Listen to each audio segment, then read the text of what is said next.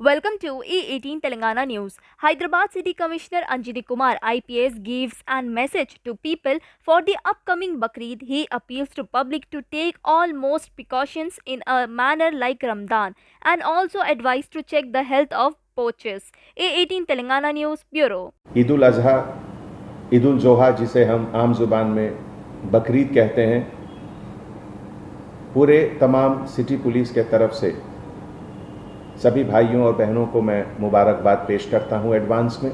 हमारे मुस्लिम भाई बहन जो हैं, रमज़ान में भी देखे कि बहुत एहतियात के साथ सब लोगों ने रमज़ान को मनाया, ईद को मनाया, क्योंकि ऐसा माहौल शायद पहले कभी इतिहास में नहीं आया और इसीलिए सभी के कोऑपरेशन से और अल्लाह सुब्हाना व तआला के रहम से आज अगर हैदराबाद में दूसरे बड़े शहरों के कंपैरिजन में हमारा नंबर इन्फेक्शन का कम है, डेथ का कम है, तो इसका वजह यही है कि सभी लोगों ने मिलकर इस वबा से एक साथ लड़ने का जो एक डिसीजन लिया, सब शरीक हुए और इसी स्पिरिट से हम लोग आगे भी चलेंगे।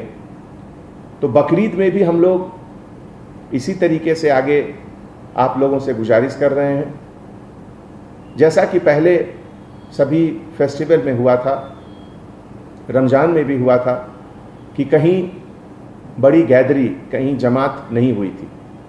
जैसा कि आप जानते हैं, ये बड़ा चोर किस्म माहौल अभी कोई बहुत बदला नहीं है रमज़ान के महीने से।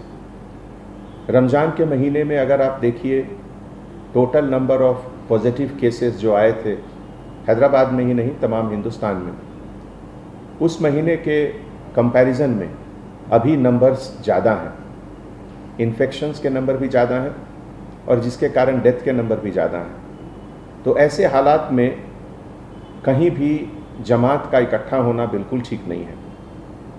जैसा तो ऐसे माहौल में किसी भी तरह का गैदरिंग बाहर बिल्कुल उचित नहीं है और मैं आप सबों से हाथ जोड़कर गुजारिश करता हूं कि आज की तारीख में अगर सबसे ज़रूरी चीज़ कुछ है तो आपका ज़िंदगी, आपका जीवन, आप स्वस्थ रहें, आप हेल्दी रहें, इससे ज़्यादा ज़रूरी कोई चीज़ नहीं है।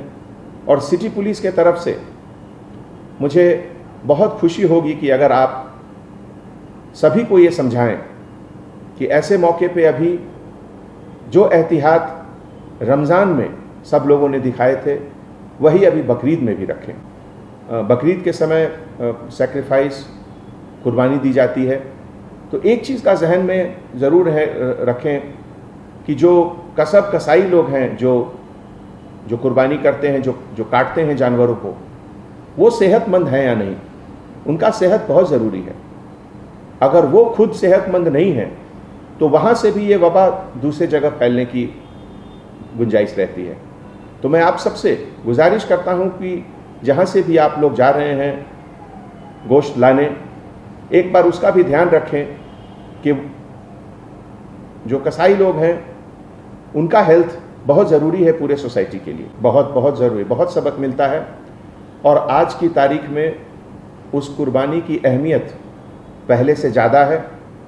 आज सबसे पहले तो मुझे कुर्बानी देनी है अपने उन सभी आदतों की जिसके कारण ये कोरोना वायरस बढ़ सकता है। मुझे कुर्बानी देनी है कि मैं किसी से गले मिलकर उसको ग्रीट नहीं करूं, ज़ुबानी ग्रीटिंग्स करूं। ये भी एक तरह का कुर्बानी है, क्योंकि सब लोगों को गले मिलना बहुत अच्छा लगता है और पहले लोग मिलते भी थे और अच्छी बात है, लेकिन अभी के माहौल में उसकी कुर्बानी देनी होगी, उससे अलग रहना होगा हम लोगों को। इसी तरीके से जो हमारे घर में जो बुज़ुर्ग हैं, किसी भी हालत में उनको बाहर नहीं आने देना है। जो छोटे बच्चे हैं उनको बाहर नहीं आने देना है। तो इन सब आदतों की कुर्बानी देनी है। आज हमारे देश में बहुत ज़रूरी है कि हम अपने ऊपर कंट्रोल रखें, अपनी उन हर आदतों का कुर्बानी दें जिससे कि ये चोर वायरस जो है कोरोना, ये जो चाइना ने पूरे दुनिया को एक अपने तरफ से एक ऐसा अजीब तोहफा दिया कि पूरा दुनिया परेशान है उससे बचने के लिए जिस चीज़ों की